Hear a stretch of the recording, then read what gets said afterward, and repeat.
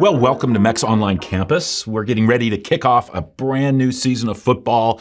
And if you are a Carolina Panthers fan, like I am and all God's people should be, that's a good thing because last season was bad, as in epically bad. We came in last in our division. Compared to other divisions, we came in last compared to any other team in any other division. Our record was 2-15. We were the worst team in the NFL. That's a winning percentage of 118, as in .118. And that was after we traded up to get the number one pick of the draft. And it's not just that last season was bad. We've been in a bad season of seasons. Over the last 5 years, we have won only 24 games. But this year is looking to be much better. Almost everybody likes the moves we've made off season. It's like we've hit a big reset button. We have stronger pass protection with an improved offensive line. We've got a stronger set of receivers helped by adding Xavier Legette. Stronger running game helped by adding Jonathan Brooks. Bryce Young at quarterback is still young and will be helped immensely by an improved offensive line and a new coach that has a reputation of being a quarterback whisperer. And the opening 12-play, 85-yard drive of the final preseason game for the first time featuring our starters, ending in an 8-yard touchdown pass between Young and tight end Jordan Matthews. And then sitting down our starters for the rest of the game while the backups kept it going with an eventual win against Buffalo. Felt good. But bringing a bad season to an end and starting a good one always does. And not just in football, but in life. Most of us, I think, can look back on our life and pinpoint seasons that were good and seasons that were bad. Times when we were living the life that we knew we should be living and times when we were not. Times when we were close to God, and times when we had, quite frankly, drifted. Maybe drifted a lot. You might be in a bad season right now. Maybe you're even here right now trying to do something, anything to end it. Well, you picked a good day to dial in. We've been in a series on the bad girls of the Bible. It was inspired by the work of Liz Curtis Higgs and the 7 categories of women she details in her writings. If you're just joining us, here were the 7 types she found. First, there were women who were bad to the bone, so bad, and not a single good thing is recorded about them anywhere in Scripture. Then there was the women who were bad for a moment, women who made one gigantic mistake that just rocked their world and the world of those around them. Next were women who were bad for a season, meaning they entered into a time where they went pretty far south, but came back around in the end. Then there were women who experienced what she calls a bad moon rising, meaning trouble came knocking on their door and they opened it wide to it. Then there were women who were just bad, but for a good reason. God used what they did, even though what they did was a little bit on the sketchy side. Then there were those who were bad, but not condemned. They were revealed for who and what they were, but in a way that that revelation changed their life. And finally, the women who were bad and proud of it. Women who took no prisoners, made no apologies, that would dare you to call them anything. We kicked off the series with a look at a woman named Delilah. She checked the box of being bad to the bone. Then last week, we spent some time with a woman named Sapphira, who was bad for a moment. Today, we're going to look at a woman who was bad for a season. But through an encounter with Jesus, her life came to a life-changing end. Her season, came to a life-changing end. We're never told her name, but we are told her story. And it's from that story that she's often referred to as the woman at the well. Her story is found in John's biography of Jesus in the Bible. Let's walk through it together. Let's see what we can learn in terms of bringing the bad seasons of our own lives to an end and what kind of life there can be on the other side. Here's how the story begins. Now Jesus, had to go through Samaria. Okay, we're going to stop there. In that day, no Jewish person had to go through Samaria. If anything, they did everything in their power to not go through it. Jews hated Samaritans, and to be fair, Samaritans weren't that high on Jews. Samaritans were, in the mind of a Jewish person of that day, a mixed blood race resulting from the intermarriage of Israelites who were left behind when the Assyrians invaded and the Gentiles that the Assyrians moved in for occupation. So Samaritans were the descendants of Jews who hadn't stayed true to their heritage, but had intermarried with the Gentiles that had been moved in for the occupation by the Assyrians. So they weren't seen as real Jews or pure Jews or ceremonially clean Jews. They were seen as a second-hand, watered-down, inferior race that reminded every good card-carrying Jew of a shameful and embarrassing part of their national history. Not only were they looked down on for their heritage, they had theological differences about where and how to worship. They did not have the same customs or traditions as the Jews. They didn't share the same scriptures. The hostility between these two people groups was so great that a Jew could be considered ceremonially unclean if he even touched something that a Samaritan had touched. So whenever a Jewish person traveled, they would always go around Samaria, no matter how many extra days it took, but never, ever through it. Now, look again at what the Bible tells us. Now, Jesus, had to go through Samaria. He looked at Samaria and Samaritans and had to go. He purposed to go. He was on a mission to go. It was not a geographic necessity. It was a spiritual one. Well, let's keep reading. He came to a town in Samaria called Sychar, near the plot of ground Jacob had given to his son Joseph. Jacob's well was there, and Jesus, tired as he was from the journey, sat down by the well. It was about noon. When a Samaritan woman came to draw water, Jesus said to her, "Will you give me a drink?" His disciples had gone into the town to buy food. The Samaritan woman said to him, "You're a Jew, and I'm a Samaritan woman. How can you ask me for a drink?" For Jews do not associate with Samaritans. Okay, let's stop there. Here we meet the woman at the well. And there's a lot already from what we just read to take note of, not only about her, but obviously about the mission and intent of Jesus, the mission that had him go there. So let's kind of unpack that. Here was the setting. Middle of the day, hot. Jesus was thirsty. Samaritan woman comes to the well where he is sitting, and he asks her if she would not mind getting him something to drink. The reason being is that you had to have something to drop down into the well to get to the water. This well probably would have been maybe 100 feet deep before you could actually get to the water. And so you had to draw the water out with some type of long rope and some type of container to scoop the water out. Well, she lived there. She had obviously come with the rope and the container and was coming there for water. So he asked her, "Hey, while you're doing that, could I get a drink from you?" Now, we've already talked about relations between Jews and Samaritans. Here's what else was going on. In the ancient Near Eastern Greek culture of that day, there were specific rules and customs governing how people would interact with each other, at least if you were a Jew. And Jesus just broke about every single one of those rules. First, he went into Samaria. We already talked about that. But then he talked to a Samaritan, and not just to a Samaritan, to a Samaritan woman. And he did it when she was alone and he was alone. And he asked her for a drink from her bucket using her cup. Again, none of that's a big deal to us, but it was a big deal back then because here were the rules. Jews did not associate with Samaritans, much less talk to them. No Jewish man was allowed to talk to a woman at such places, and particularly when they were alone. What Jesus should have done when he saw her, according to the custom of the day, was that he should have withdrawn from the well by at least 20 feet until she was done at the well and had left. He didn't leave. And she still came, which tells us about her. In fact, that she was there at all tells us something. No woman should have been at the well by herself at noon.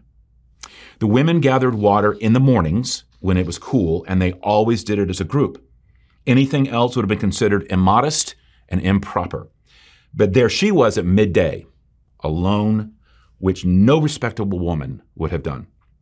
We don't know whether it was to purposefully avoid the other women, or because the other women had rejected her, or because she was wanting to try and meet men alone.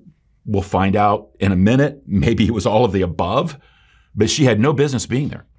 And that's not all. Jews couldn't touch a Samaritan, much less drink after them. That would make them ceremonially unclean, defiled.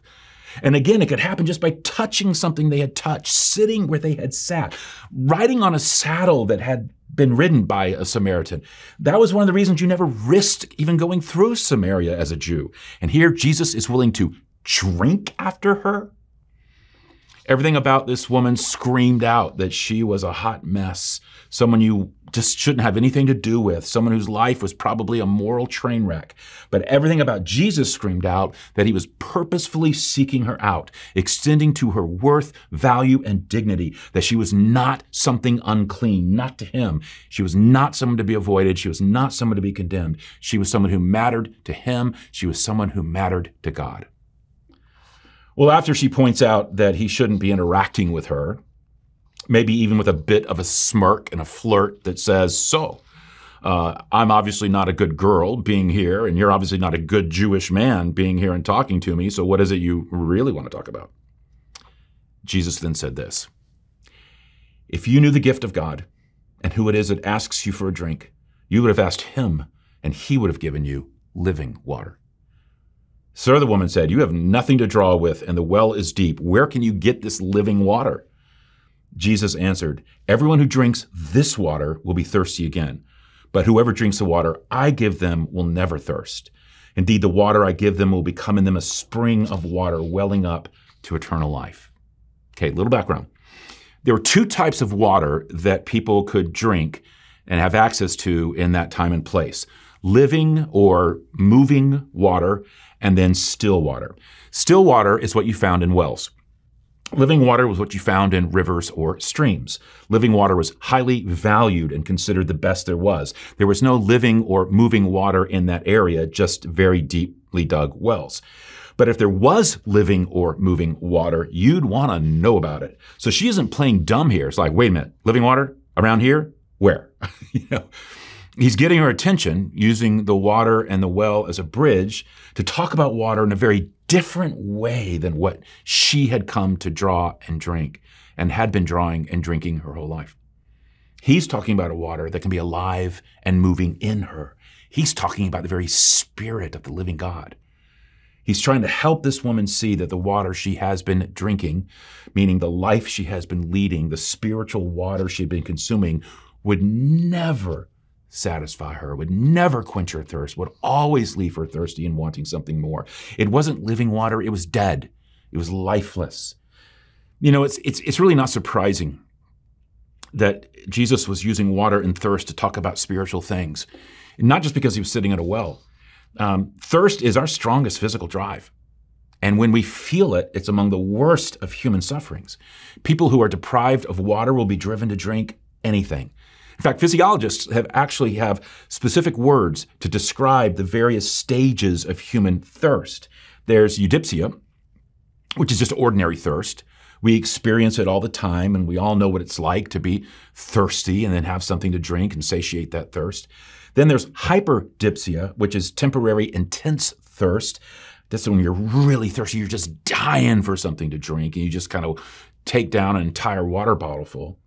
But the worst of all is polydipsia, which is sustained excessive thirst. That's the kind of thirst that will drive you to drink anything. Blood, urine, rusty radiator fluid, ocean water when stranded out at sea. In other words, intense thirst will drive you to drink what will, in fact, kill you, and you don't care because the thirst is so overwhelming and overpowering. People will do the same thing spiritually. Because the thirst is that intense, we will drink almost anything to try and quench that thirst and to fulfill that desire. Whenever I think about this, I'm reminded of something that the French philosopher and mathematician Blaise Pascal once wrote about in terms of how he said everyone has an emptiness in their life. There's like a hole, a vacuum that just cries out to be filled. It's like a thirst that drives us to do anything to quench it. And when we don't, but what we do doesn't fill it, the thirst never goes away. And there's a reason. We're trying to fill it with things that aren't living water, that aren't God. Pascal says all the things we do to try to fill that hole don't work because it's a God-shaped hole. It's a God-shaped thirst. We were created by him and for relationship with him. And until we come to him, the deepest part of who we are will cry out to be filled. And we'll do insane things that actually can kill us because we're trying to drink all the wrong things because the thirst is so overwhelming. So do you see what Jesus is doing here? by being there, talking with her, telling her about what he can introduce her to, how she can experience the gift of God and eternal life, the very Spirit of God in her life, true living water. To her, a Samaritan woman who by Jewish standards is considered defiled and unclean, and even by her own people has lived a life that has her shunned and rejected, he is extending to her this scandalous thing called grace. Jesus is once again making it clear that everybody matters to God. No one is outside of his forgiveness and compassion. No matter what season you might have been in or are in now, grace is there for you. No matter what you've been drinking to try and quench your deepest thirst, what you've been doing to try and fill that God-shaped hole, grace is there for you. But it's not just grace. For this season of life to come to an end, there needs to be something else added to the mix to go along with the grace. Something that is equally good, equally powerful, equally important, but so often missed. Let's keep reading, and we'll see where Jesus brings that along. The woman said to him, "Sir, give me this water so that I won't get thirsty and have to keep coming here to draw water." He told her, "Go, call your husband and come back." "I have no husband," she replied. And Jesus said to her, "You are right when you say you have no husband. The fact is, you have had 5 husbands, and the man you now have is not your husband. What you have just said is quite true." Let's talk about that. Here we finally find out a bit about her backstory and why, even among her own people, she was shunned. 5 husbands and now living with a man outside of marriage. It gives you a reputation. In her case, probably a deserved one. Even if she was a Jew in good standing, which she wasn't, she was a Samaritan, she would have been limited to no more than 3 legal marriages in a lifetime. Even if all 3 of those marriages were ended by death. But there's more. The word we translate into English as husband is a Greek word that could mean either man or husband.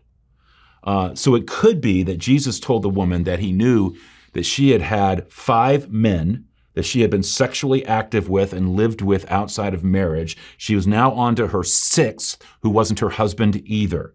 And in emphasizing that the 6th was not her husband, it could have been an intimation that he was somebody else's.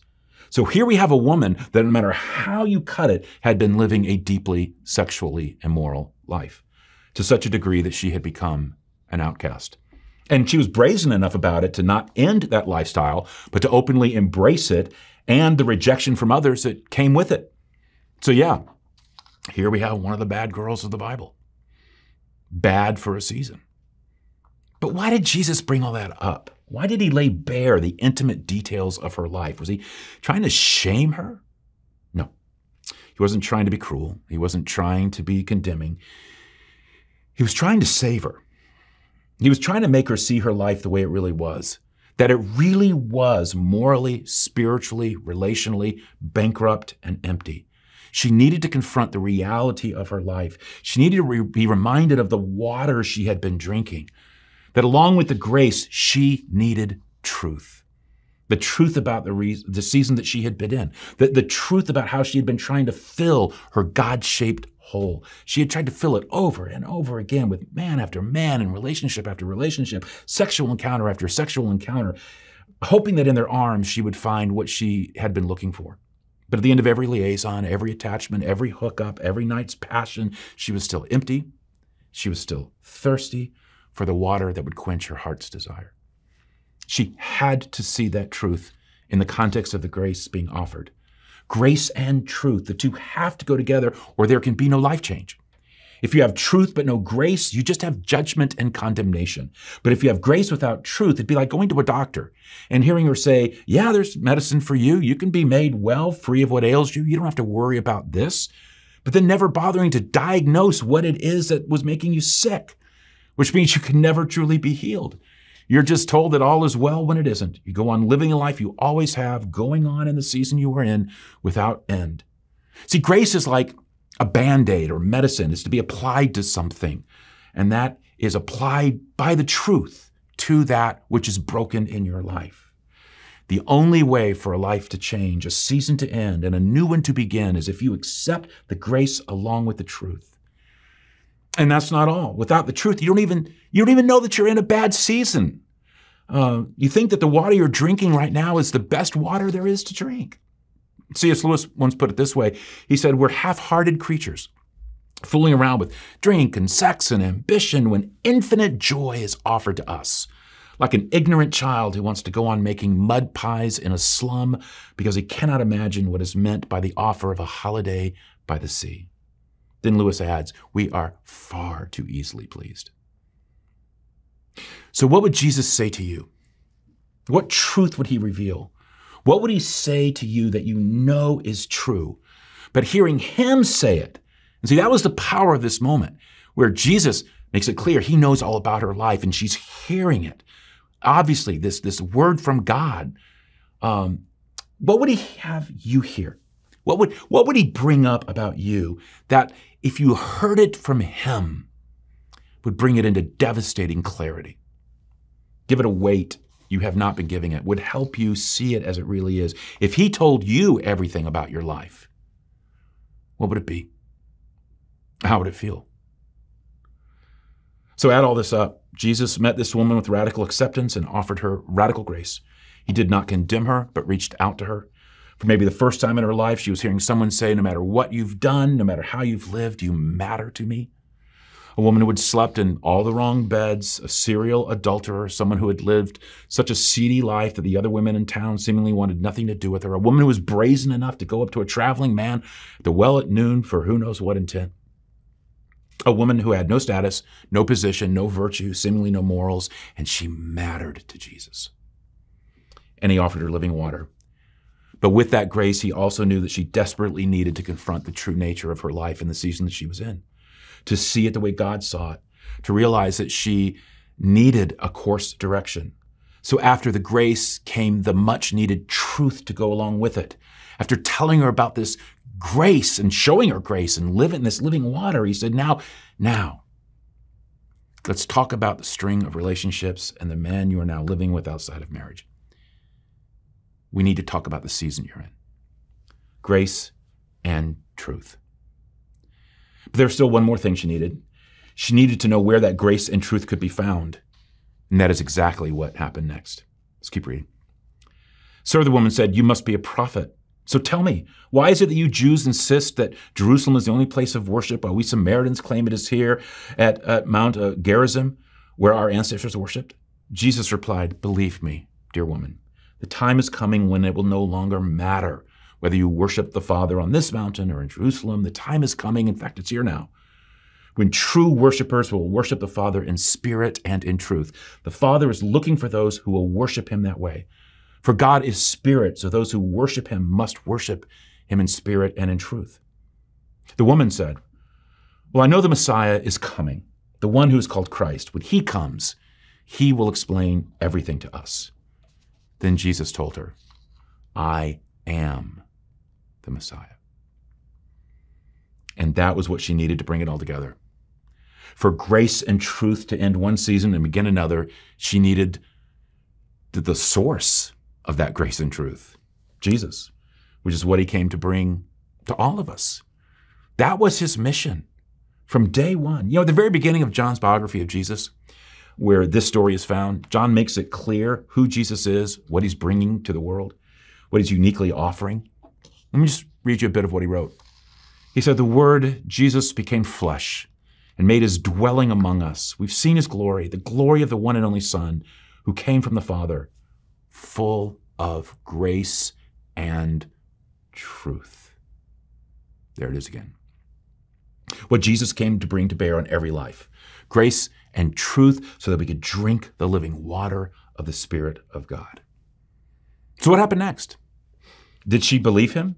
Did she end one season of life and begin a new one, this time as a follower of Jesus? Someone who finally drank this living water that could never have her thirst again because of the grace and truth brought to her life in and through Jesus? Let's finish the story. Leaving her water jar, the woman went back to the town and said to the people, come see a man who told me everything I ever did. Could this be the Messiah? They came out of the town and made their way toward him. Many of the Samaritans from that town believed in him because of the woman's testimony. He told me everything I ever did. So when the Samaritans came to him, they urged him to stay with them, and he stayed 2 days. And because of his words, many more became believers. They said to the woman, "We no longer believe just because of what you said. Now we have heard for ourselves, and we know that this man really is the Savior of the world." So there you have it. She took in not only the grace, but the truth. In fact, it was the truth he told her, the truth he knew about the nature of her season of life that got through to her in the context of the grace that he was extending. She knew it all, revealed to her anew. A washing grace had her fall at his feet. He told me everything I did, and it was that he could do that, and that he did it, and still love me. And it was so real for her, so electric, so life-changing, that she left her water jug and went running to tell everyone she could about it. And they listened to her because they knew what kind of woman she had been and who she had so obviously now become. So what happened to her after that? Well, after she almost single-handedly turned out her entire village to hear about and come to believe in Jesus. Well, we don't know for sure, but there's nothing else in Scripture about her, but there's a rich tradition that is celebrated in not one but two great streams of Christian history. So just for fun, here's what they were. In Catholic tradition, there was a Photina of Samaria, who is also identified as the woman at the well and is listed among the great martyrs of the Christian faith. In the Eastern Orthodox tradition, she is venerated as a saint, also with the name Photina or Photini, meaning luminous one or bright shining one. She's celebrated too as a saint of renown. Not only was she quick to spread the news of her meeting with Jesus in such a way that many came to believe in him along with her, she went further, according to tradition, and became what can only be deemed a widely traveled, well-known evangelist, almost like a Billy Graham type for her day. Her continuing witness was said to have brought so many to the Christian faith that she was described as equal to the apostles in terms of missionary zeal and effectiveness. Eventually, the tradition goes, her efforts even drew the attention of the Emperor Nero. Nero was a first-century Roman ruler who was infamous for his hatred and persecution of Christians. He's the one who destroyed the temple in Jerusalem in AD 70. The stories surrounding the atrocities performed by Nero against Christians are too many to even begin to retell, but she was brought before him to answer for her faith. And she was tortured, and she died a martyr's death after being thrown down a dry well. The Eastern Church even sets aside a Sunday each year to remember her. It's known as the Sunday of the Samaritan Woman. I don't know what you want to do with this.